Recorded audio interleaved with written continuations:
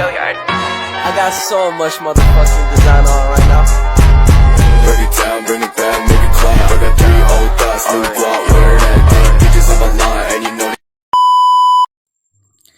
Iklim memiliki pengaruh besar terhadap struktur tanah karena faktor-faktor iklim seperti curah hujan, suhu, dan pola musim dapat mempengaruhi proses-proses fisik dan kimia dalam pembentukan tanah.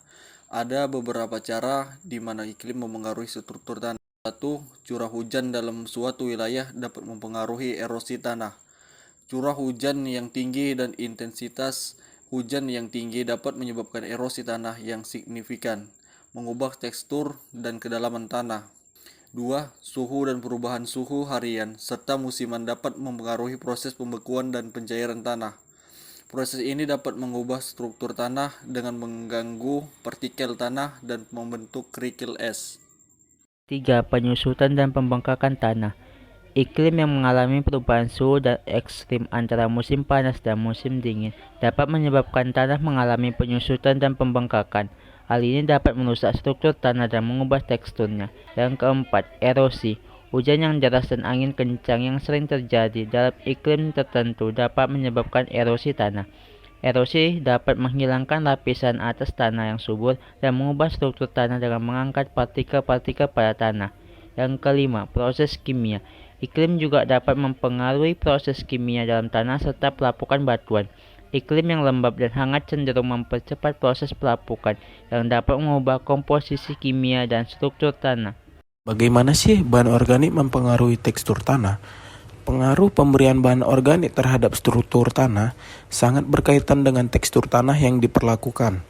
Pada tanah lempung yang berat, terjadi perubahan struktur gumpalan kasar dan kuat menjadi struktur yang lebih halus tidak kasar, dengan derajat struktur sedang hingga kuat, sehingga lebih mudah untuk diolah. Tanah organik mempengaruhi struktur tanah karena bahan organik seperti humus dapat membantu mengikat partikel-partikel tanah menjadi agregat yang lebih besar, meningkatkan porositas, menahan air, dan menghindari pembentukan kerak tanah. Ini membuat tanah lebih subur dan mendukung pertumbuhan tanaman yang lebih baik. Tanah adalah habitat yang kaya akan berbagai jenis organisme. Ada beberapa jenis organisme yang dapat ditemukan dalam tanah, yaitu 1. Bakteri. Bakteri tanah adalah mikroorganisme yang sangat penting karena mereka mendekomposisi bahan organik, mengikat nitrogen, dan berperan dalam siklus unsur-unsur penting. Yang kedua, jamur. Jamur tanah seperti miselium dan kapang membantu dalam dekomposisi bahan organik dan juga membentuk hubungan simbiotik dengan tanaman. Yang ketiga, protozoa.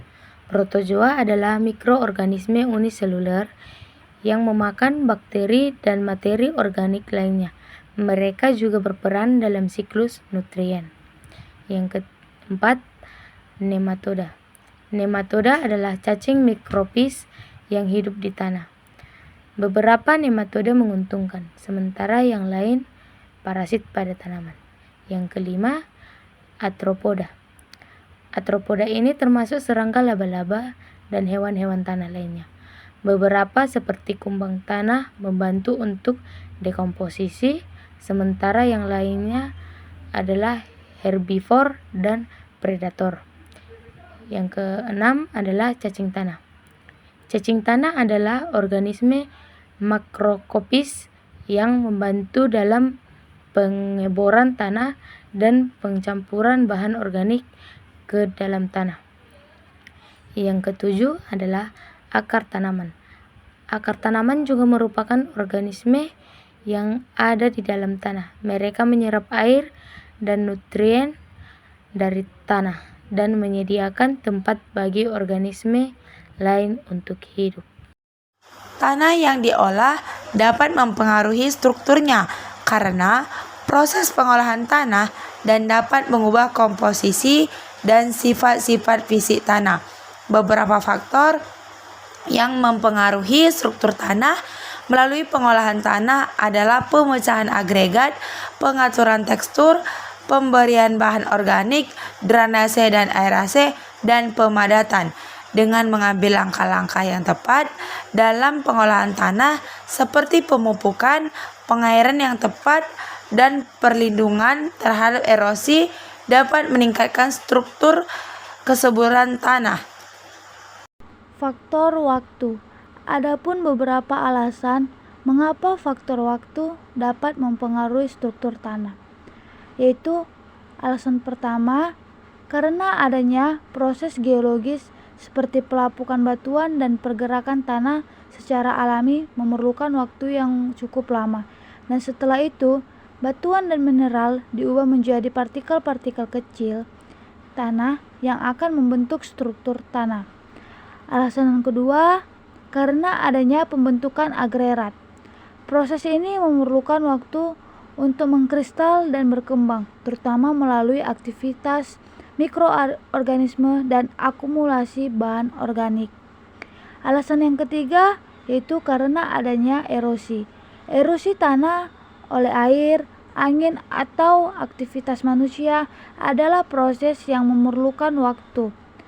Tanah yang tererosi bisa mengalami perubahan struktural signifikan seiring berjalannya waktu.